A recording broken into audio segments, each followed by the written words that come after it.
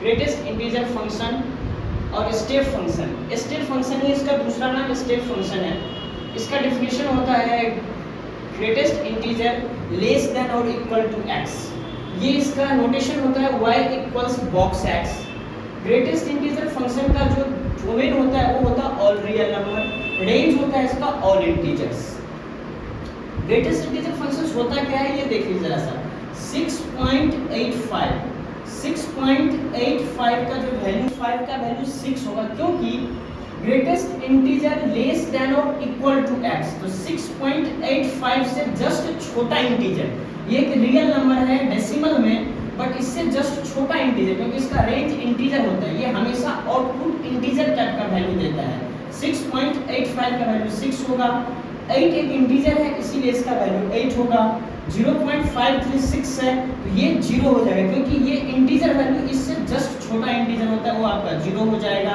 -5.86 इससे जस्ट छोटा इंटीजर -6 हो जाएगा। -5 ये खुद एक इंटीजर है और इंटीजर में इसका वैल्यू इंटीजर एक्चुअली इंटीजर ही देता है, तो ये -5 हो जाएगा। 4.99 इससे जस्ट छोटा इंटीजर 4 होता है, जो कि ये 4 हो जाएगा, क्योंकि देखिए ग्रेटेस्ट इंटीजर फंक्शंस हमेशा इंटीजर टाइप का वैल्यू देता है, ये इसका डेफिनेशन होता है। इसका डोमेन और रियल नंबर कुछ भी ले सकते हैं, बट आउटपुट हमेशा एज ए इंटीजर देता है। अब जरा सा इसके ग्राफ के बारे में स्टडी कर लेते हैं। जब x का वैल्यू -2 से -1 देगा, तो उस केस में ग्रेटेस्ट इंटीजर फंक्शन -2 देगा, ऑलवेज ये कांस्टेंट देगा। -2 से -1 के बीच में इसका वैल्यू चेंज नहीं होगा, इसका वैल्यू फिक्स रहता है। वो कितना होता है? -2 होता है। -1 से 0 के बीच में -1 देगा, यहाँ भी वैल्यू चेंज नहीं होगा। -1 से 0 के बीच में -1 पे भी -1 देगा, क्योंकि इंटीजर है। 0 से जस्ट छोटा पे भी इसका -1 देगा। 0 से 1 के बीच में 0 देगा। 1 से 2 के बीच में 1 देगा। 2 से 3 के बीच में 2 देगा, नो चेंज। 3 से 4 के बीच में 3 देगा, नो चेंज।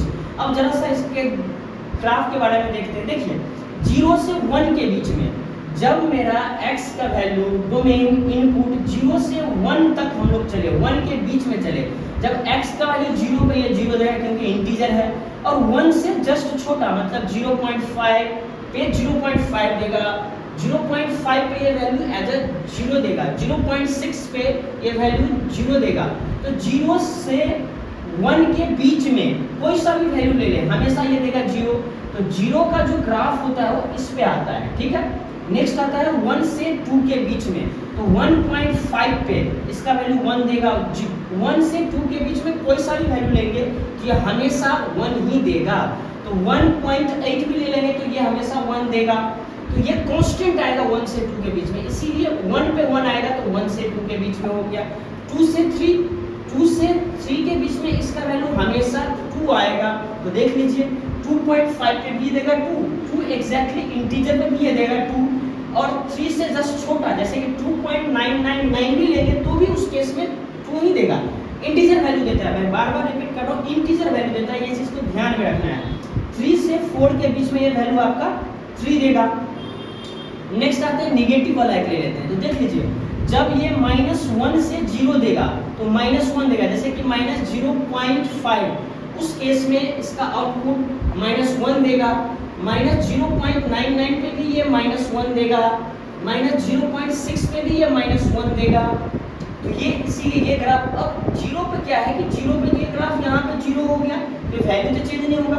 और ये जो है बेसिकली y एक्सिस है, तो यहाँ पे हमारा x का वैल्यू 0 है, बट 0 पे ये 0 देता है, इसीलिए यहाँ ओपन सर्कल लगाए, ओपन सर्कल लगा हुआ है। जब x का वैल्यू -2 से -1 के बीच में है तो ये -2 दिया हुआ है। -2 पे ये -2 देगा, और -2 से हम लोग जस्ट बड़ा बढ़ेंगे -1.99 -1.5 तो ये -2 देगा। यही था मेरा ग्रेटेस्ट इंटीजर फंक्शन।